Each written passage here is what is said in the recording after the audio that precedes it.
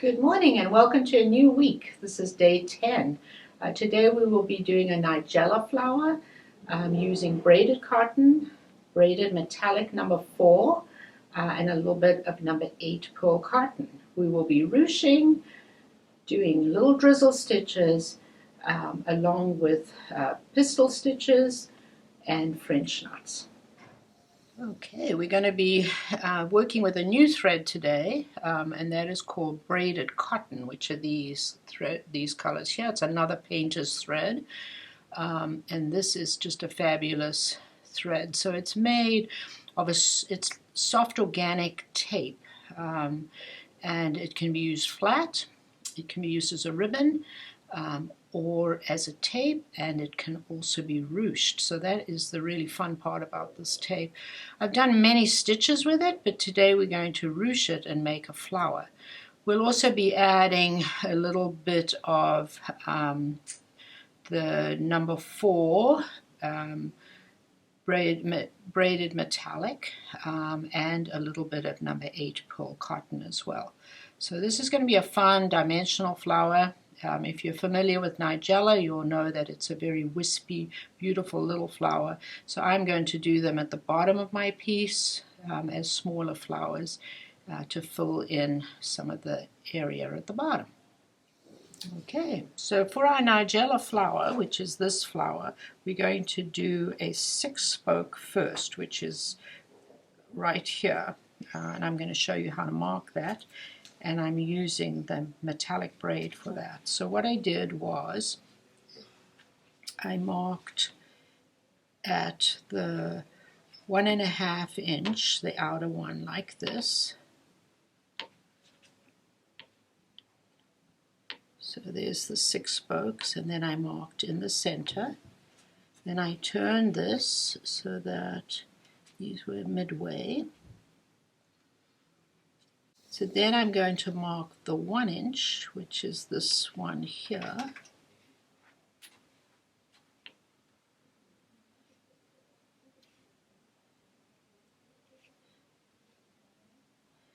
And without moving it, you're now going to mark the 1.25 inch as well. So you should have 2 markings on each of these spokes.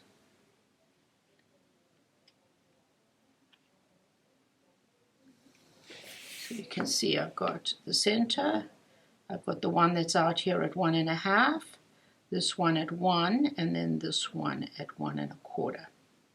So what I'm going to do is pistil stitches. So you come up in the center, and you go and you do a pistil stitch. I did a 3-wrap pistil stitch here. Then I couched back on that spoke like this. Then I did a pistil stitch at the 1 inch. Then I came up and did another French knot, and then I couched back here. So then I came up, did a pistil stitch at the 1.5, couched back, did a pistil stitch at the 1 inch, followed with another French knot, and then back couched like that. And I went all the way around, so I'll have long spokes with a pistil stitch, shorter spokes, and a French knot. And you can see that here. Here's the long spoke, there's the short one, and there's the French knot. So that is going to be the base for our Nigella flower. Okay, the next thing we're going to do with our flower is work with our braided cotton. So this is braided cotton. You can see that it's a flat ribbon-like thread, and the wonderful thing about it is actually the way that it's woven, it allows it to ruche. And as you can see, the multiple colors in it are going to make a really fun little flower. So we'll be using this for a flower. I'll also be using greens for stems later on. And it's always a fun thread to work with. So what I have cut is a 20-inch length of the braided cotton. I'm using a 18 chenille needle, and I put a quilter's knot in the end. So I'm now going to bring this up in the middle of my spoked flower here. So I'm going to bring it right up in the middle like this. Okay. What we're going to do then is take the needle off our thread, and we are going to open up the end of it, and we're going to pull one thread in it, and this is important, only one thread, like that, and you're going to pull it, and look, it's like magic. It ruches up. So we're going to ruche the whole piece up like this, just like that. So often what I do then is I sort of lay it out, and I can play a little bit with the way it looks. So I use the back of my chenille needle, and I just, sometimes I like it all to be laying the same without a twist. Other times it doesn't worry me, but here I'm just going to show you just how you can just ruche it up so that it's all laying the same without a twist in it. And that will work really nicely for the flower that we're going to do. Okay, so we can come back and do some of this at the end. So what I'm going to do now is I'm going to make a little flower in the center by ruching it, twisting it like up like this. So the first thing we're going to do is make a whole circle with it. I'm now going to use my just a 60 weight of finer cotton thread, and I'm going to come up and sort of anchor it close to the center. So I'm just going to do little stitches close to the center.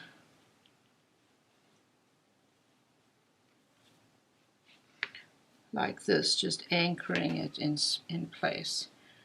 Not on the outer edge, because I'm going to tuck the next row underneath the flower here. So I'm just going to, just so that it keeps it anchored here in the center, I'm just going to do a few stitches.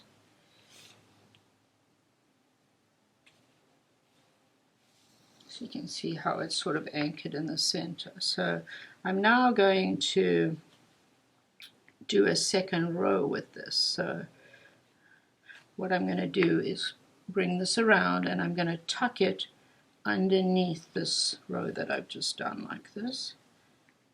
And I'm going to just stitch that in place with the cotton thread. So once you've sewn it all the way around, it will caught the loops with the thread. You're going to use an 18 chenille needle and thread up your thread like this, and pull the tail to the back like that. And then you can just finish this off with a little right there. So you're going to do one round, do a second round underneath to make the little flower like that. We're then going to follow by doing 6 wrap little drizzle stitches in the center, and I wanted a splash of color, so you can see here I used this green, and then I came back and did 1 wrap French knots going around this to add the color around here. So fun little flower. Look up Nigella and see what a sweet wispy flower it is, and I think we've captured that in this little flower. Happy stitching!